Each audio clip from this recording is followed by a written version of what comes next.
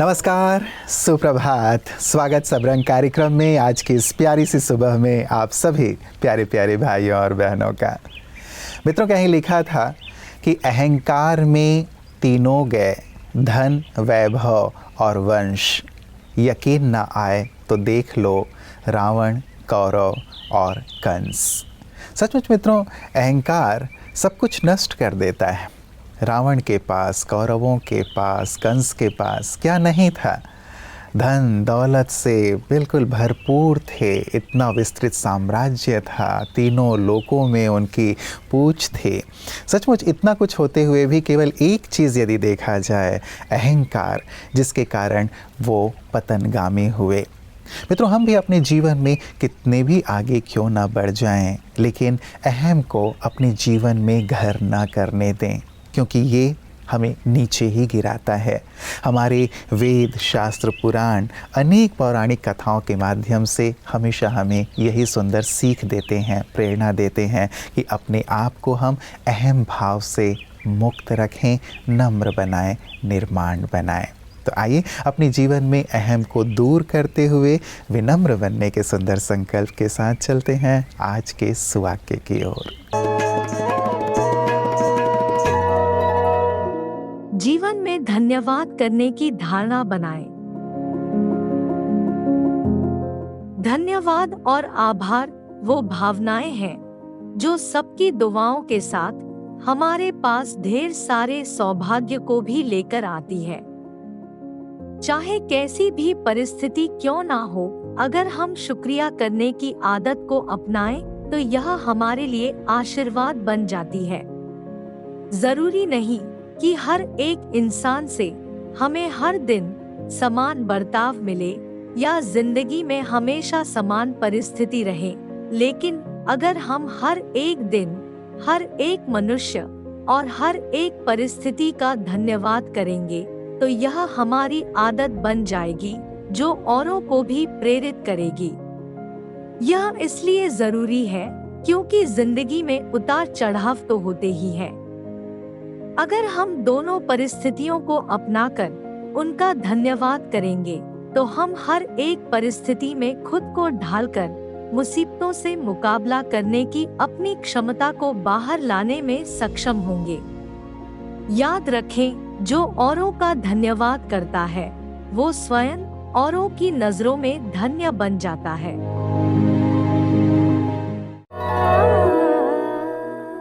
मित्रों, कहते हैं कि अहंकारी व्यक्ति को न तो अपनी गलतियां दिखाई देती हैं और न दूसरों की अच्छाइयां, और यही कारण है कि लोग उनसे दूर होते चले जाते हैं, क्योंकि वो दूसरों की खामियां ही देखते हैं, उसी का वर्णन करते हैं अहमवश। यदि आपके समक्ष एक अहंकारी व्यक्ति हो और एक विनम्र व्यक्ति हो तो निश्चित रूप से आप विनम्र व्यक्ति की ओर ही आकर्षित होंगे। विनम्र व्यक्ति परायों को भी अपना बना लेते हैं और अहंकारी व्यक्ति अपनों को भी पराया कर देते हैं। और ये भी कहा जाता है जो अहंकारी होते हैं वो रोगों के घर बनते चले जाते हैं। और एक सर्वे तो ये भी कहता है कि जो अहंकारी होता है उसे आर्थराइटिस हो जाती है, क्योंकि वो अकड़ा हुआ होता है, इसीलिए हड्डियां भी अकड़ जाती हैं, उनमें भी जकड़न आ जाती है। इस पर भी रिसर्च हो रहा है। तो क्यों ना मित्रों हम अपने आप को अहम से मुक्त करें और बीमारियों से भी मुक्त हो जाएं। आइए इसी सुंदर भाव के साथ चलते हैं अपने अगले सेगमेंट, आपकी सेहत आपके हाथ की ओर। ओम शांति। आज के एपिसोड में हम देखेंगे वेरी कॉमन प्रॉब्लम, बवासीर, हेमोरॉइड्स।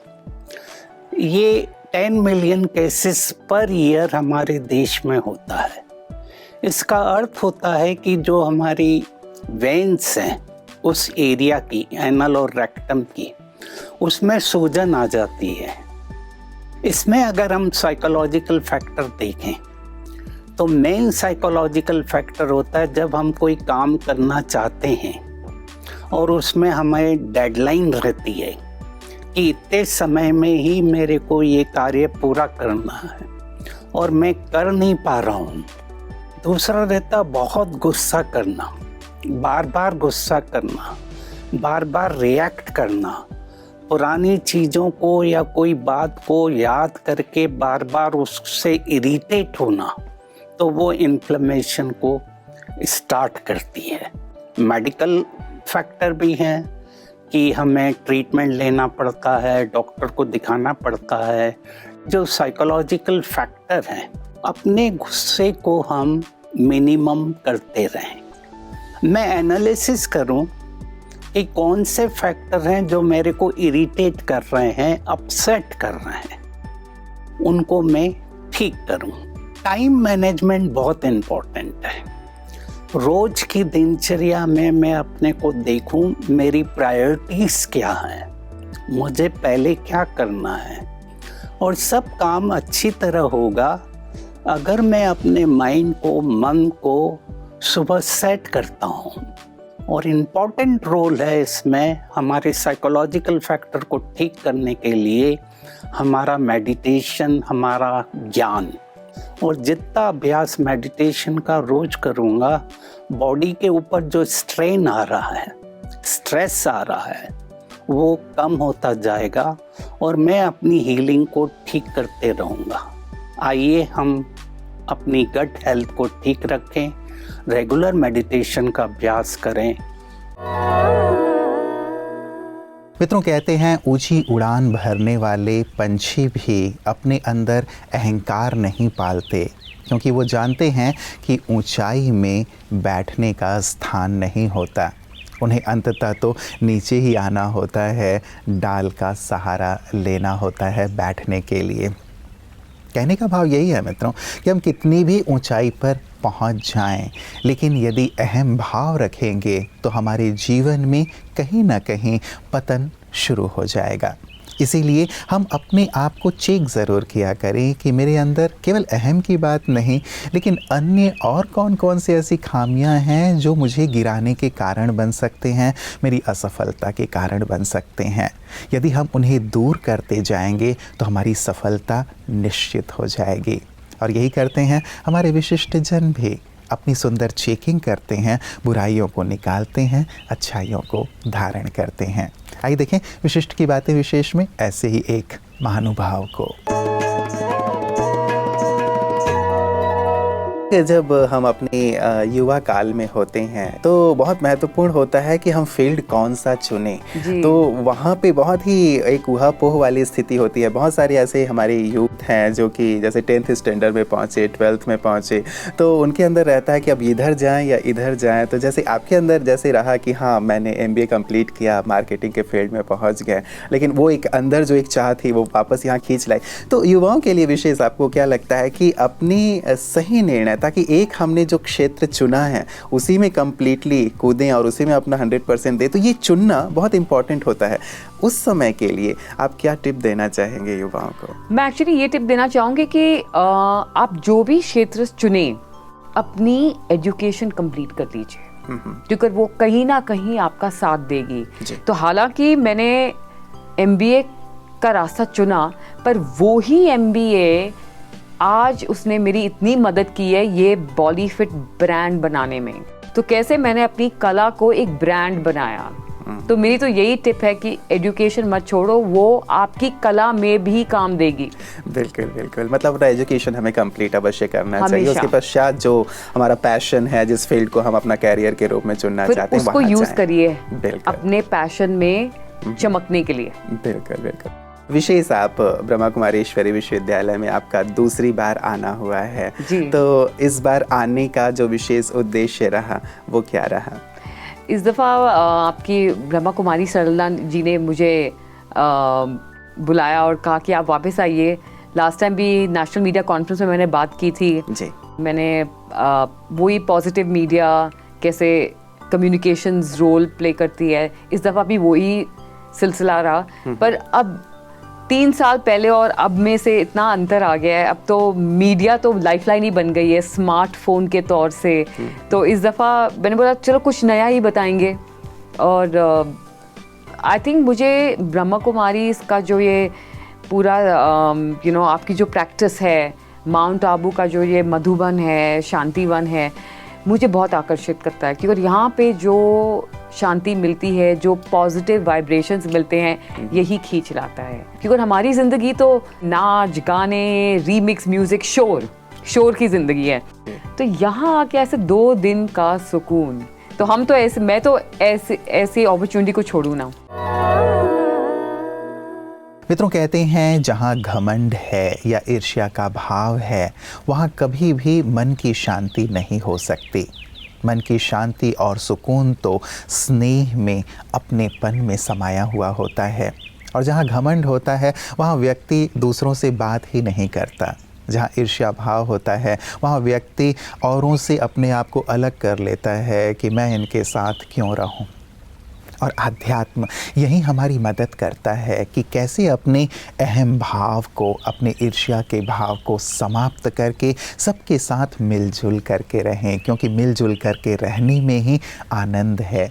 आप शिखर पर भले पहुंच जाएं, लेकिन यदि वहां आपके साथ लोग ना हों आपकी खुशियों में साथ देने के लिए, तो क्या आप उस सफलता का आनंद ले पाएंगे? कतई नहीं।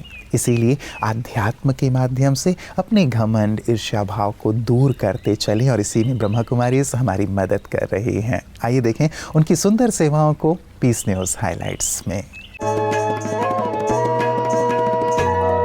मध्य प्रदेश के रीवा में ब्रह्मा कुमारीज द्वारा साहित्यकारों की एक परिचर्चा का आयोजन किया गया, जिसका विषय था सकारात्मक विश्व के निर्माण में साहित्यकारों का योगदान।